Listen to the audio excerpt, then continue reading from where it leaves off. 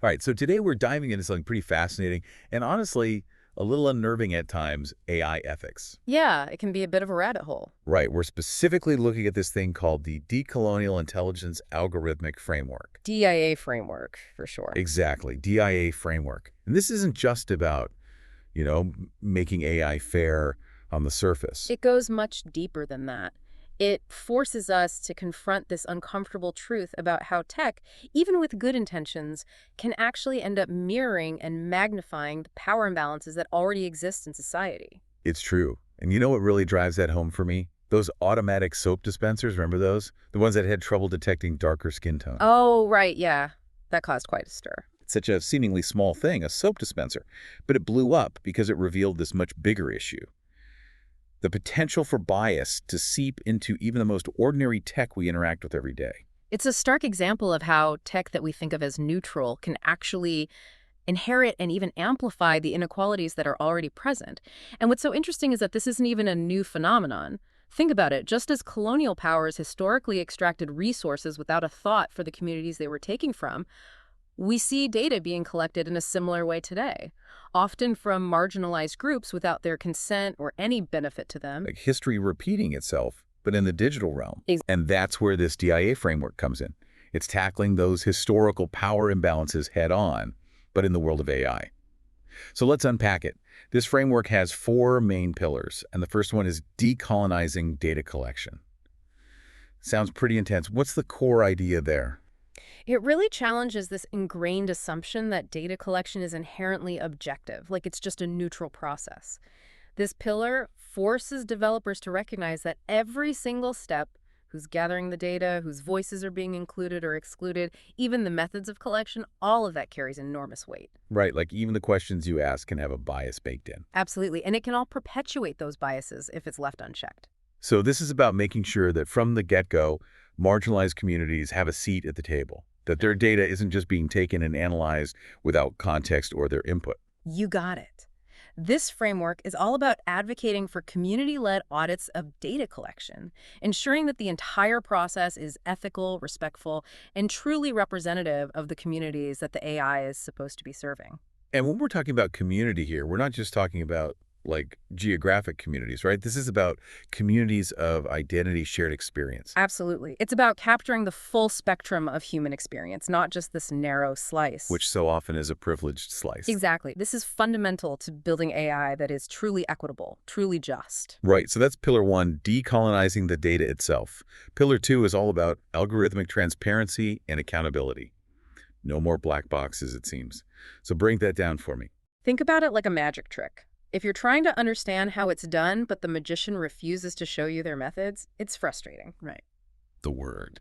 This pillar demands that AI's decision-making processes are crystal clear, well-documented, and understandable even if you're not a coding whiz. So it's about making sure that the curtain's pulled back, everyone can see how the sausage is made, so to speak, Yeah. especially when it comes to decisions that impact their lives. That's the heart of it. Okay, so transparency is huge, but it's not enough on its own, is it? That's where the accountability piece comes in. Exactly. It's not just enough to know how the AI works. People need to be able to challenge it, to hold the developers accountable if those algorithms are leading to unfair or even harmful outcomes. It's about giving people a voice, some recourse, which traditionally hasn't been the case in AI. And shifting those power dynamics that have been so imbalanced for so long. I love that. Democratizing AI. Yeah. Okay, on to pillar three. This one feels especially relevant today.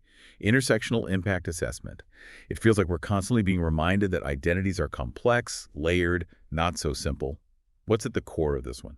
It boils down to the understanding that bias isn't one size fits all. We have to move beyond these simplistic categories and really consider how various forms of discrimination based on race, gender, ability, all of it, how those intersect and create unique vulnerabilities. Because we can't just say, okay, we've addressed gender bias and call it a day. We need to ask, but for whom have we addressed it? Who are we still leaving behind? Precisely. It's about recognizing those nuances and pushing developers to think critically about how their AI might impact different groups in different ways. A truly inclusive AI takes those intersections into account. Okay, last but not least, let's talk about pillar number 4, decolonial AI governance and accountability mechanisms. Mhm.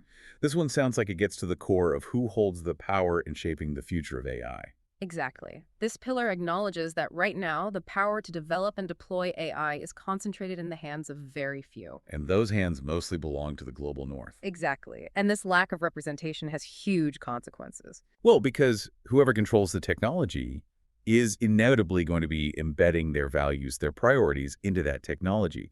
So it stands to reason that other perspectives, other ways of seeing the world might get overlooked, maybe even erased completely. So how does this framework suggest we fix that power imbalance? It starts by asking those tough questions.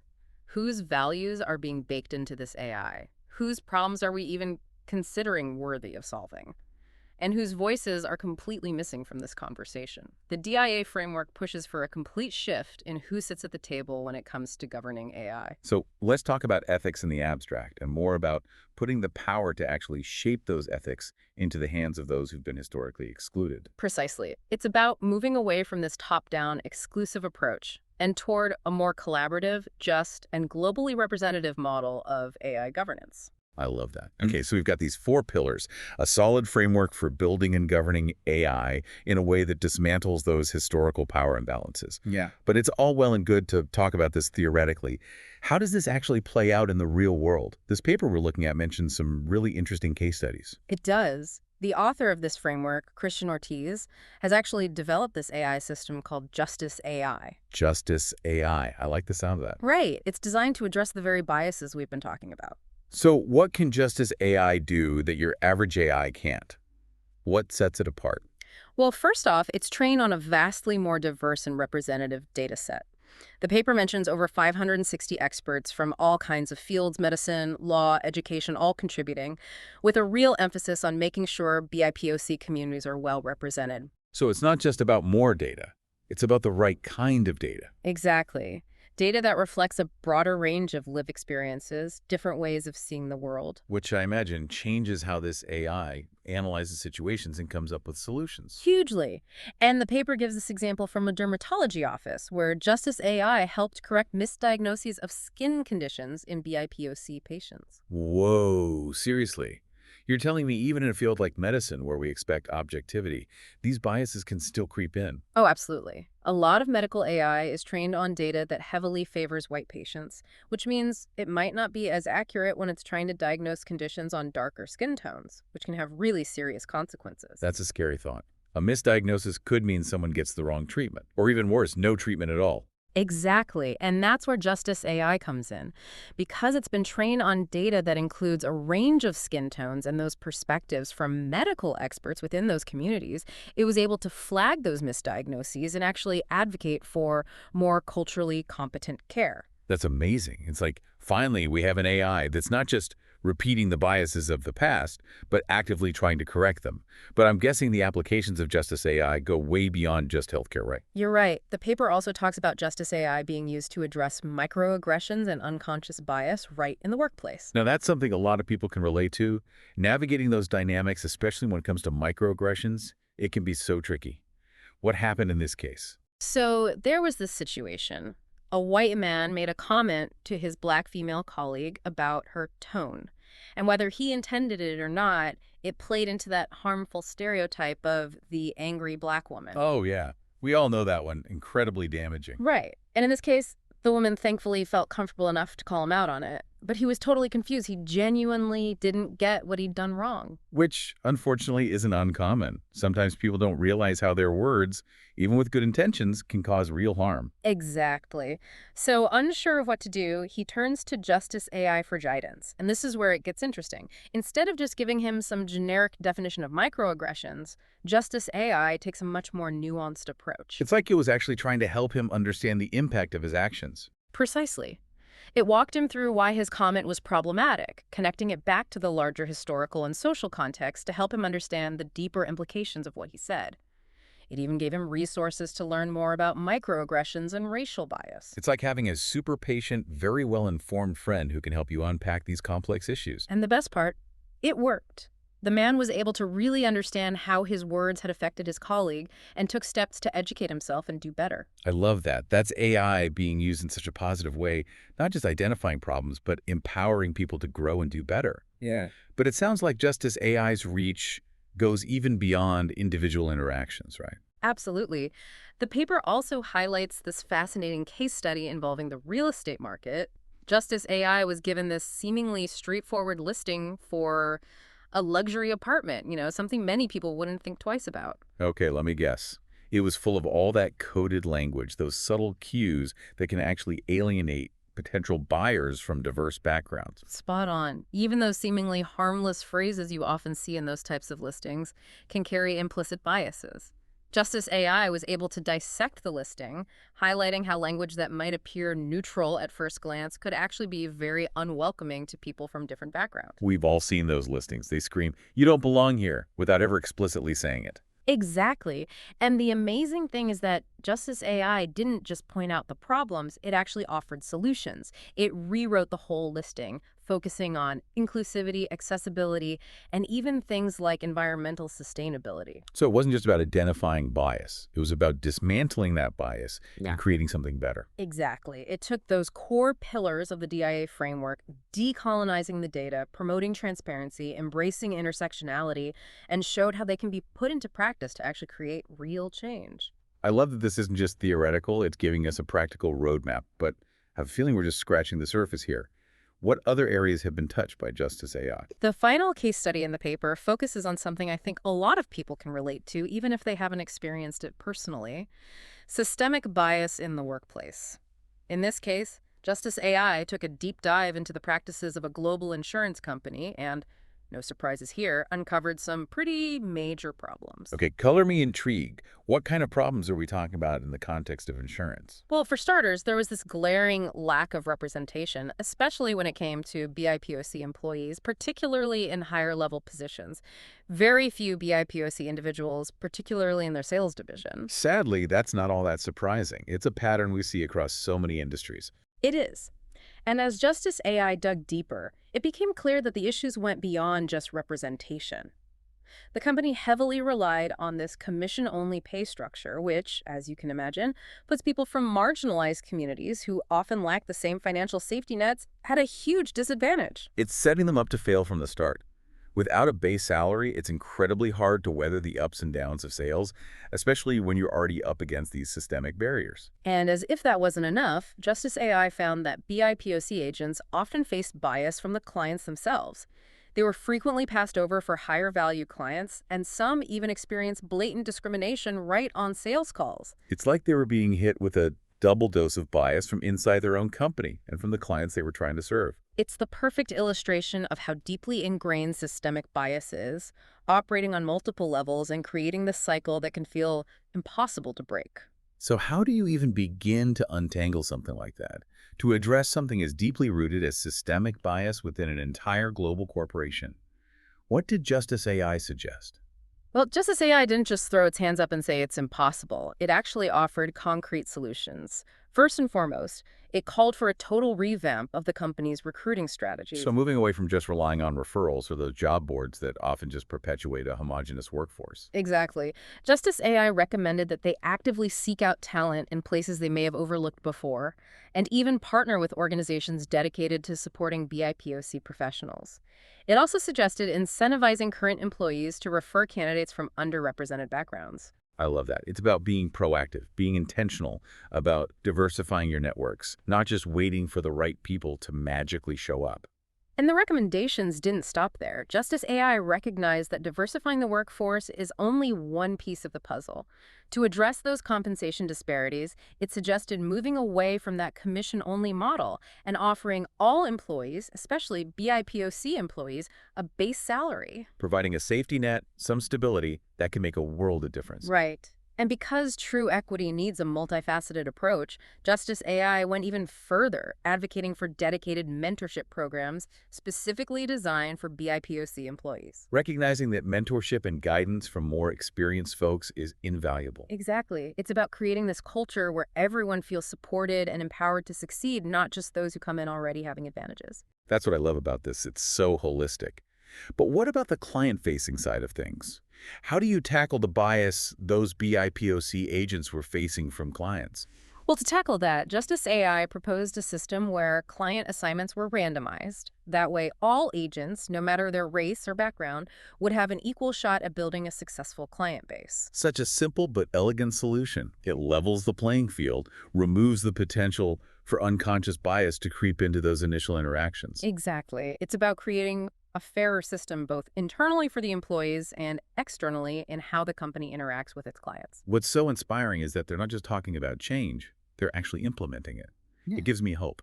It's the power of the DIA framework and Justice AI in action. It shows how important it is to take a multi-pronged approach, addressing the problem on multiple levels, if you want to create real, lasting change. This whole conversation has me feeling hopeful. This decolonial intelligence algorithmic framework in Justice AI, it's like a breath of fresh air in a tech landscape that often feels ethically murky. It's like, finally, someone is using this powerful tech for good to solve real-world problems and in a way that centers equity and justice. It makes you wonder, if we can do this in healthcare, employment, even real estate, what other areas could benefit from this decolonial approach to AI? It's a great question, and one I hope our listeners are thinking about too. If we can acknowledge that even those algorithms that seem totally objective can still harbor and even perpetuate our biases, what does that mean for the future of AI? What kind of world do we want to create with this tech? Those are the big questions we need to grapple with. There are big, but I think this framework gives us a really solid place to start. It's a roadmap to make sure AI becomes a tool for good, for liberation, for empowerment, not for oppression or exclusion. Absolutely. It's a call to action for everyone, developers, policymakers, educators, you and me, everyone really. We all have a responsibility to examine the role AI plays in our lives and fight for a more just and ethical technological future. Couldn't agree more. You know, one thing you hear a lot about these kinds of frameworks is, well, it's all good in theory, but putting it into practice, that's the real challenge. Right, going from what to how. So how do we actually scale these principles, make them work in the real world? The million-dollar question. Because it's one thing to build a justice AI in a lab, but to actually tackle systemic bias across entire industries, It's a whole other ballgame. that's what I'm saying. Yeah. But it seems like this DIA framework is more than just some idealistic wish list. It actually gives us steps, concrete things we can do. It does, yeah. So where do we even start? What are the biggest hurdles to actually implementing this thing more broadly? Well, I think the first hurdle is just awareness. A lot of people, even people working in tech, they just don't realize how easily bias can worm its way into AI. It's insidious. So education, raising awareness, that's got to be step one. Because you can't fix what you don't acknowledge, right? Mm-hmm. We all need to be on the same page about the problem before we can even start talking solutions. 100%. And with awareness, you got to have buy-in. This can't just be academics and ethicists chatting in their ivory tower. We need tech companies, policymakers, even the average person on board. Because at the end of the day, this tech is going to touch all of our lives. Exactly. And that's where it gets really tricky. Because as much as tech companies are talking about ethical AI now, there's still that profit motive. Yeah, the bottom line. So finding ways to incentivize ethical AI, whether it's through regulation, through public pressure, market forces, whatever it takes. Shifting that mindset from ethics as an afterthought to ethics as a core design principle. Exactly. And that's not going to be a quick fix. It requires a totally different way of thinking about tech, valuing tech. But there are signs things are moving in the right direction. Okay, so we need awareness, buy-in. But what about the nuts and bolts of actually implementing something like the DIA framework? It's complex. Where do you even begin to put that into practice? You're right. It's not like you just download an app and you're good to go. It's a whole system. It has to be woven into every single stage of how AI is made and used. But the DIA framework does give some really practical guidance. Like when it comes to decolonizing data collection, it really stresses community engagement. So the communities most impacted by an AI need to be involved in the process from the very beginning. 100%. And not just as data points. Partnering with them, really listening to what data is collected, how it's used. So it's about really shifting power, right? Giving those communities a voice, agency. They're not just passive bystanders. Exactly. And that community engagement, it can't just be a one-time thing either. It needs to carry through to all the other pillars of the framework. Like with algorithmic transparency, it's not enough to just make the code public. It has to be accessible. People need to understand it. Which could mean like actually translating that technical jargon into plain English, right? Providing resources and support so people can wrap their heads around how these algorithms actually work. Exactly. It's about democratizing access to information, giving people the tools to have those meaningful conversations. This is all great, but I'm hearing this and thinking, this takes time, resources, a serious commitment. Do you really think we're going to see this kind of adoption? That companies are really going to put in the work? It's a huge challenge, no doubt. I'm not going to sugarcoat it. Implementing this kind of framework, any framework that puts ethics and justice first, it's a massive shift. It's not going to be easy or quick. It sounds like we're talking about a fundamental change in how we as a society even approach technology. In many ways, yes. But I think it's crucial to remember that this isn't just about finding some technical solution. This is about those deep-seated societal issues of power, of equity, of who gets a seat at the table. Because in the end, tech is a mirror, right? Yeah, If we want tech that's more just, more equitable, we have to start with ourselves. precisely. The DIA framework, it's both a reflection of our own biases and a potential way out. It forces us to face those biases head-on and imagine something better, a world where technology uplifts, where it empowers instead of marginalizing. I love that vision. And honestly, after everything we've talked about, I'm feeling hopeful that it's possible. But are there actual examples of this being done successfully on a large scale? Or is this more of an aspiration for now? That's the question everyone's wrestling with, right? Justice AI, these initiatives in the paper, they're a good sign. But scaling that up, that's another beast. Because it's not just the tech itself, right? It's changing attitudes, shifting power, creating a culture that actually values ethics and justice. Exactly. And that takes time, dedication, a real willingness to shake things up. Yeah. But the stakes are just too high to ignore. The choices we make now about AI, they're going to shape everything. It really makes you think, doesn't it? All the different angles to this. AI is already complex, but then you add in all the ethical stuff, the potential for bias, how it's going to impact society. It's a lot to unpack. It really is. So as we start to wrap up our deep dive here, I'm wondering, we've been talking about this DIA framework, Justice AI, these potential solutions to make AI more just, more equitable. But are there any potential downsides, unintended consequences we should be considering? It's such an important question. Anytime you're talking about something as powerful, as potentially transformative as AI, you've got to look at both sides, the good and the bad. Right, like every action has an equal and opposite reaction or however that goes. So playing devil's advocate here, what are some of the potential downsides of a framework like this? Well, one concern that comes up a lot is the potential for misinterpretation, even misapplication of the framework itself. How so? What do you mean? So take that principle of community engagement we talked about. Super important to get those impacted communities involved, but It's got to be genuine. yes, exactly. It can't just be checking a box like, oh, we talked to a couple people from that community, we're good. It has to be real partnership, an ongoing dialogue, a willingness to actually incorporate that community feedback. Because otherwise it's just performative, not actual change. Exactly. And that ties into something else we discussed, shifting those power dynamics. Yeah. It's not enough to just invite marginalized communities to the table. We have to make sure they're actually heard, that their voices matter. That their expertise is valued. Because lived experience, that's a form of expertise that often gets overlooked in tech. Absolutely. Another thing to watch out for is tokenism. Oh, right. Like including a few diverse faces, checking that diversity box, but not actually giving those people a real voice in the decisions being made. Exactly. Diversity without inclusion, it's meaningless. It's about creating an environment where everyone feels safe to speak up, challenge assumptions, where they can bring their whole selves to the table. It's about moving beyond representation to true equity. That's a big ask. It is. It's a huge undertaking. But we can't afford to ignore the ethical side of AI. The stakes are too high. Absolutely. And I think it's important to remember, doing nothing, that's not an option either. Those biases we've been talking about, they're already baked into so much of the AI that impacts our lives every day, often in ways we don't even realize. So while this is complex, frameworks like the DIA, systems like Justice AI, they offer a starting point. A way forward. Yes, exactly. They give us tools to start dismantling those harmful systems and building something better. And it's on all of us, researchers, developers, policymakers, everyone, to get involved in these conversations, to demand better. Absolutely. And on that note, I think it's time we emerge from our deep dive into decolonial AI. What a journey, right? It's been a whirlwind. Eye-opening, for sure.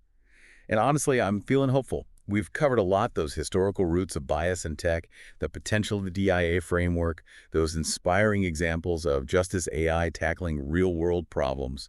But this isn't the end of the conversation, right? I hope this deep dive inspires you to keep learning, keep asking those tough questions, and really think critically about the role AI plays in your own life and in the world. Because in the end, the future of AI, that's not something that's going to be decided for us. It's something we all have a hand in shaping. Well said. It's in our hands to make sure AI reflects our shared values: justice, equity, human dignity. And that's a wrap on this episode of The Deep Dive. Until next time, keep learning, keep questioning, and keep pushing for a better future for everyone.